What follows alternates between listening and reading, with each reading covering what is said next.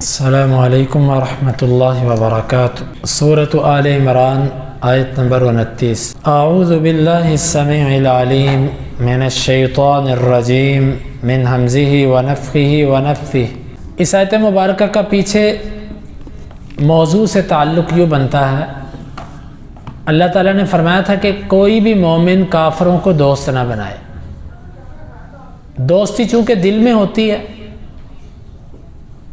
اس کا اظہار بھی انسان کبھی کرتا ہے، لیکن بعض دوستیاں ایسی ہوتی ہیں کہ انسان اس کو زبان پہ نہیں لاتا، دل ہی دل میں رکھتا ہے۔ اللہ تعالیٰ نے فرمایا کہ اگر تم کچھ مخفی رکھو گے اپنے سینوں میں یا ظاہر کرو گے تو اللہ اسے جان لے گا۔ یعنی دوستی کا اظہار زبان پہ لانا تو دور کی بات ہے، اگر تم کسی کی دوستی کو اپنے سینے میں رکھتے ہو تو اس پر بھی تمہارا مواخذہ ہے۔ قیامت کے دن اللہ تعالیٰ اس پر بھی پکڑ کرے گا، کیونکہ دوستی دل کا کسب ہے۔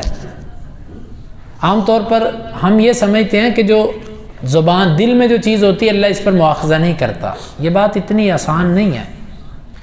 کچھ امور ایسے ہیں کہ ان کا تعلق ہی دل کے ساتھ ہوتا ہے، دل میں جب وہ آئیں اور ارادتاً آئیں، خود انسان ان کو لے کر آیا تو وہ دل کا عمل ہو گیا۔ مثلا کسی سے دوستی، کسی سے دشمنی، اس کا محل کیا ہے؟ دل۔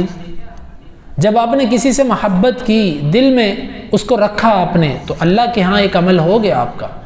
آپ نے کسی سے دشمنی کی، اس کو دل میں ہی رکھا، اظہار نہیں کیا، تو ایک عمل ہو گیا، کیونکہ دوستی دشمنی کا محل ہی دل ہے۔ اس اعتبار سے بھی پیچھے والی آیت سے تعلق کہ کافروں سے دوستی دلوں میں رکھنی بھی نہیں۔ اب سوچئے کہ بعض لوگوں کو دلی طور پر جو پسند کرنا اور اس طرح کی باتیں، اسلام اس کی بھی اجازت نہیں دیتا اگر وہ کافر ہیں تو۔ دوسری بات، اس میں پیچھے والے تعلق سے ہٹ کر بھی ہمارے لیے ایک تنبیہ ہے کہ دیکھو تمہارے دلوں کے اندر جو کچھ ہے اس کی بھی اصلاح کرنے کی کوشش کرو۔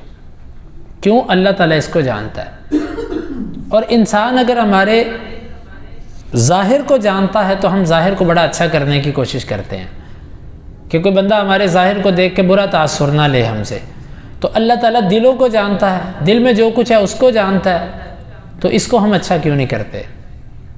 اس میں ایک دعوت ہے، ہر وقت منفی سوچ، غلط قسم کی سوچیں، جس چیز کو اسلام نے حرام کر دیا اس پر سوچنا بھی درست نہیں ہے۔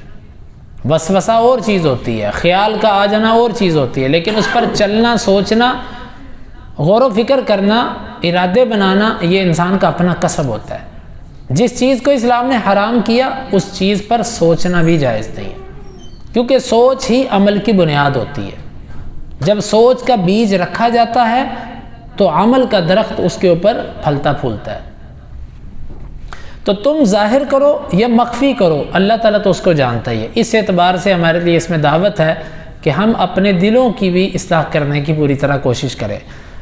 وَيَعْلَمُ مَا فِي السَّمَاوَاتِ وَمَا فِي الْأَرْضِ، اور اللہ تو جو کچھ زمینوں میں اور جو کچھ آسمانوں میں اسے جانتا ہے، یہ اس کے علم کی وسعت ہے۔ تم بھی زمین و آسمان کے اندر ہو، تم اس سے مخفی کیسے رہ سکتے ہو؟ وَاللَّهُ عَلَىٰ كُلِّ شَيْءٍ قَدِيرٌ، اللہ تعالیٰ ہر چیز پر قدرت رکھنے والا ہے۔ اللہ تعالیٰ سے دعا ہے اس آیت مبارکہ کو سمجھنے کی اور اس کے تقاضوں کو پورا کرنے کی توفیق عطا فرمائے۔